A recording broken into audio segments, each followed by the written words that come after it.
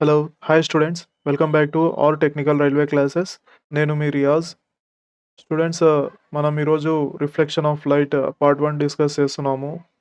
ఈరోజు వచ్చేసి 7th lecture. ఇంకా ఎవరైనా ప్రీవియస్ 6 లెక్చర్స్ చూడకుంటే వాళ్ళు మా యొక్క YouTube channel all technical Railway classes ప్లేలిస్ట్లో వెళ్ళి చూడండి. ఈ సిరీస్ వచ్చేసి ఎన్సీఆర్టీ ఆధారితంగా డిస్కస్ చేస్తున్నాము. Hope you guys will enjoy. ఈ సిరీస్ వచ్చేసి మనం కాన్సెప్ట్ డిస్కస్ చేస్తూ అందులో వచ్చిన టాప్ పీవైక్యూస్ కూడా డిస్కస్ చేస్తూ ముందుకు వెళ్దాము. So without getting light students, ఇంకా ఎవరైనా మా యూట్యూబ్ ఛానల్ని సబ్స్క్రైబ్ చేయకుంటే please like, share and subscribe our YouTube channel R Technical Railway Classes. What is light? కాంతి. Light is a form of energy which makes it possible for us to see the world around us. కాంతి ఒక శక్తి రూపం. ఇది మన చుట్టూ ఉన్న ప్రపంచాన్ని చూడడానికి సహాయపడుతుంది. Properties of light. కాంతి లక్షణాలు ఏవేవి ఉన్నాయంటే, light is a mixture of 7 colours. Mostly it is white. Light is a mixture of 7 colours. Mostly it is a white colour నుంచి 7 కలర్స్గా డివైడ్ అవుతుంది. When we send it in to the ప్రిజ్మ్లో పంపిస్తే white colour 7 కలర్స్గా divide అవుతుంది. ఆ 7 colours ఏమేవంటే violet, indigo, blue, green, yellow, orange, red. VIBGYOR, VIBGYOR, VIBGYOR గుర్తుపెట్టుకోండి. Conversion of white light into 7 colours is called dispersion. తెల్ల కాంతి 7 రంగులుగా విడిపోవడానికి స్లేపన అంటారు. అంటే వైట్ లైట్ను 7 కలర్స్గా డివైడ్ చేస్తుంది కదా, ఈ ప్రాసెస్ని ఏమంటారంటే ఇట్లా కన్వర్ట్ కావడానికి డిస్పర్షన్ అంటారు. The dispersion means conversion of white light into 7 different colours is called dispersion.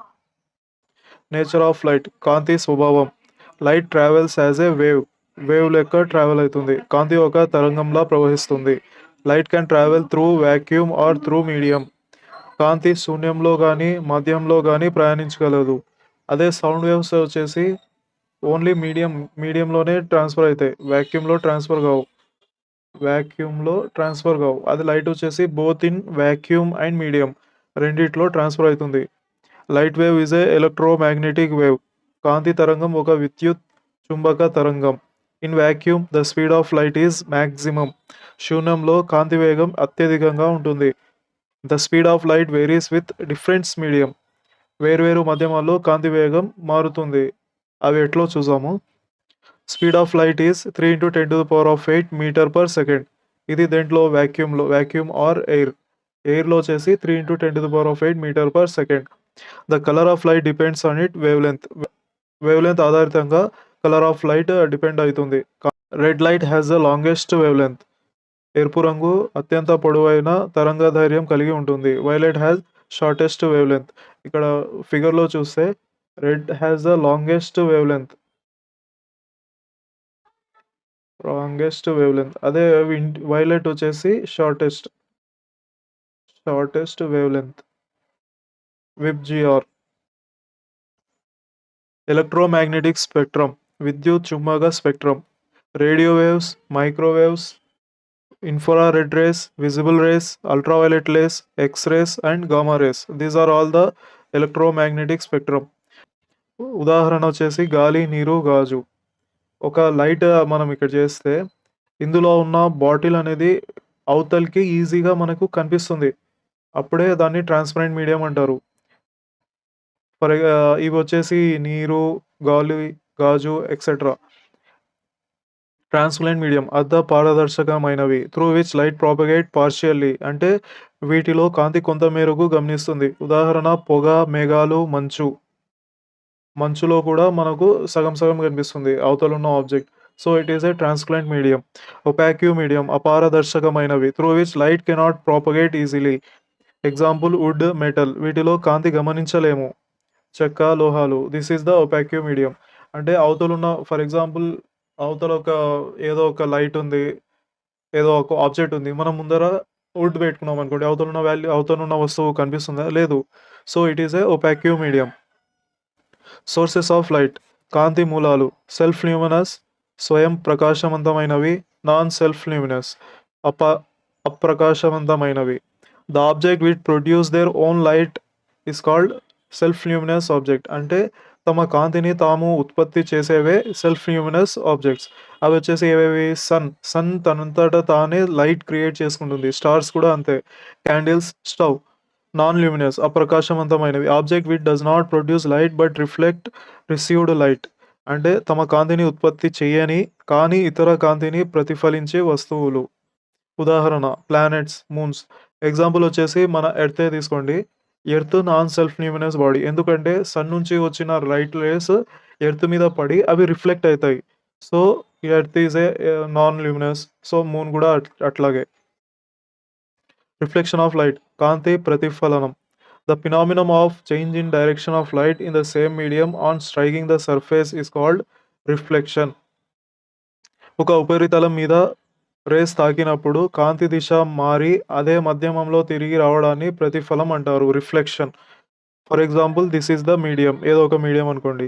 ఇక్కడ నుంచి రేస్ వస్తాయి కదా, వచ్చి సేమ్ ఇట్లా ఇక్కడ ఈ దాంట్లో ఈ ఆబ్జెక్ట్లో అబ్జర్వ్ అయిపోయినాయి. అంటే ట్రాన్స్పరెంట్, అవతలకి ట్రాన్స్మిట్ కాలేదు కానీ రిఫ్లెక్ట్ కూడా కాలేదు. So it is a observe చేసుకున్నాయి అన్ని rays. So it is a absorbed light.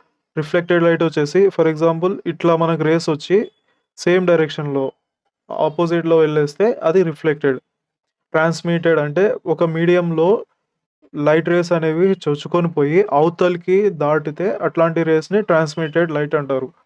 అవి వచ్చేసి 3 types: absorption, reflection and transmission.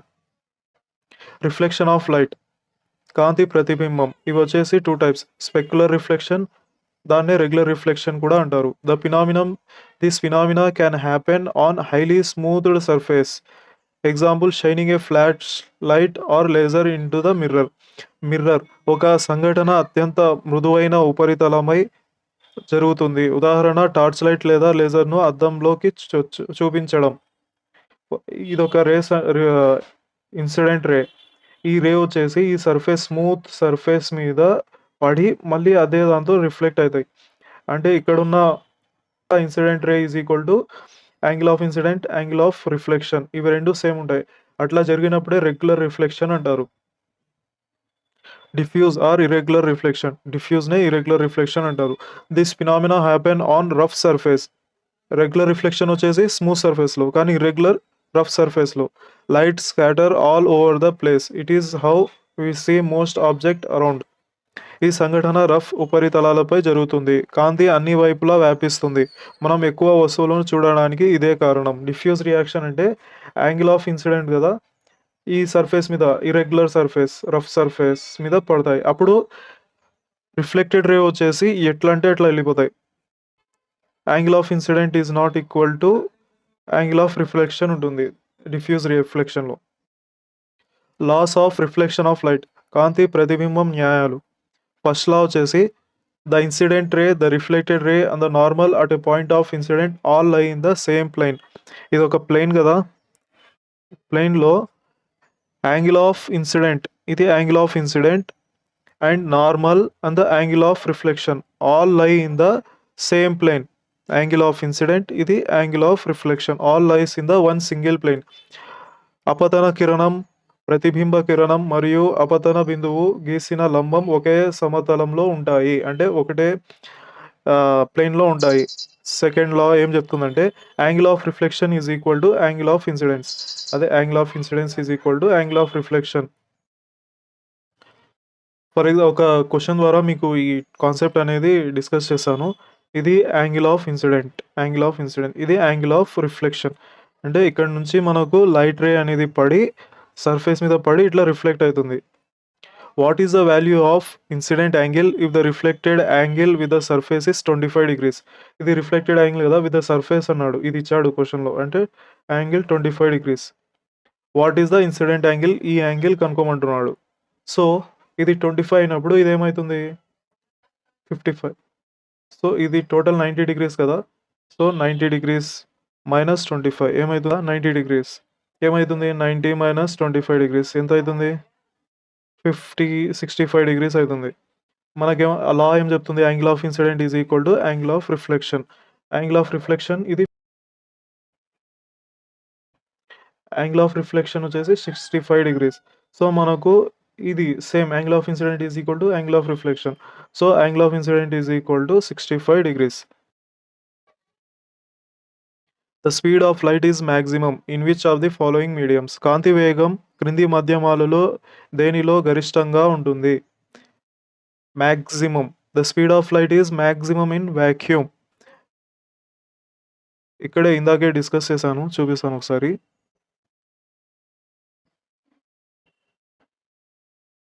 Light travels through vacuum. In vacuum, the speed of light is maximum. What is the velocity of light in vacuum? శూన్యంలో కాంతి వేగం ఎంత?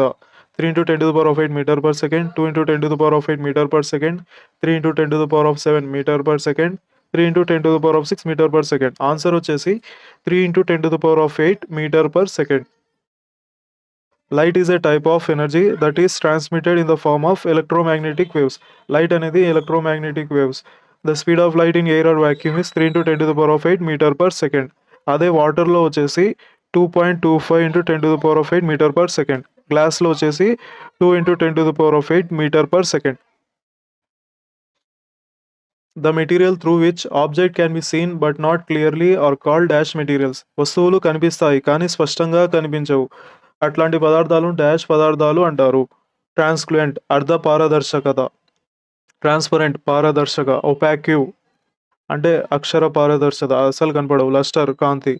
Answer వచ్చేసి ట్రాన్స్క్లూయెంట్. సగం కనిపిస్తాయి సగం కనపడవు, అట్లాంటి దాన్ని ట్రాన్స్క్లూయెంట్ అంటారు. అర్ధ పారదర్శక. The object that themself do not produce light is called. తమ వల్ల కాంతిని ఉత్పత్తి చేయని వస్తువులను ఏమని అంటారు?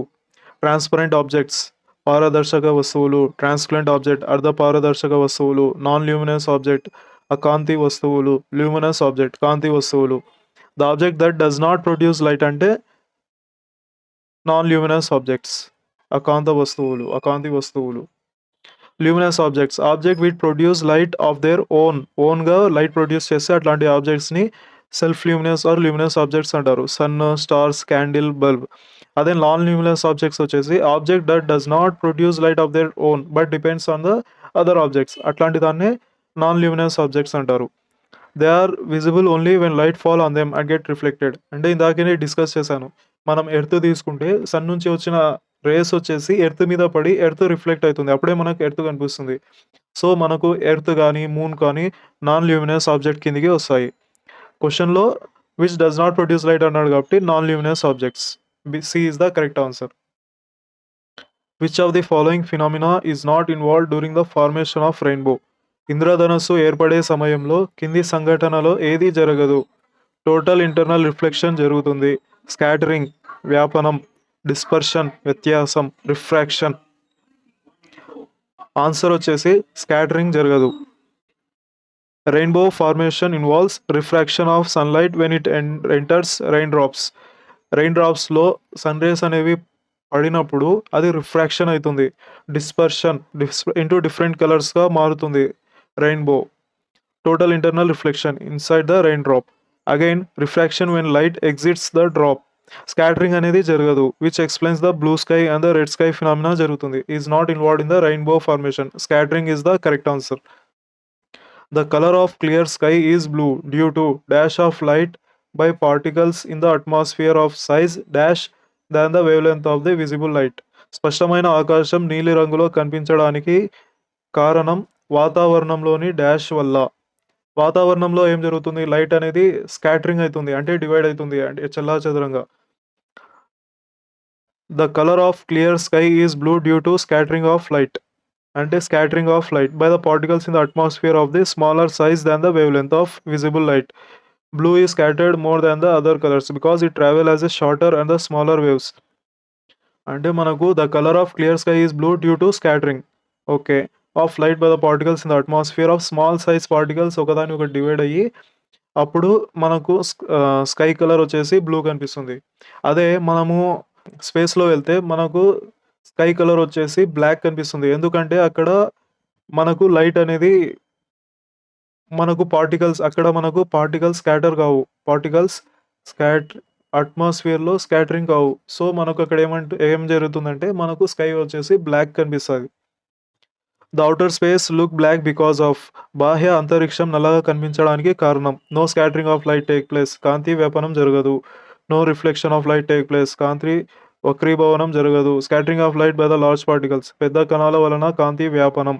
Scattering of light by the small particles, చిన్న కణాల వలన కాంతి వ్యాపనం. ఆన్సర్ వచ్చేసి స్పేస్లో వచ్చేసి స్కాటరింగ్ ఆఫ్ లైట్ జరగదు. So A is the correct answer. In outer space there is no atmosphere and almost no particles కూడా ఉండవు స్పేస్లో. Since scattering of light requires air molecules or particles, it does not occur in the space. Without scattering the sky does not look blue, it looks black. Scattering జరగకపోతే మనకు sky వచ్చేసి black అని కనిపిస్తుంది. So మనకు ఏ is the correct answer. Hope you guys have enjoy this video lecture. Students, next part 2లో light and reflection part 2లో మనము plane mirror, concave and the convex mirror discuss చేసి కాన్సెప్ట్ మరియు అందులో ఉన్న ఇంపార్టెంట్ క్వశ్చన్స్ కూడా discuss చేసాము. So students, ఇంకా ఎవరైనా మా యూట్యూబ్ ఛానల్ని సబ్స్క్రైబ్ చేయకుంటే please like, share and subscribe our YouTube channel R Technical Railway Classes. Thank you.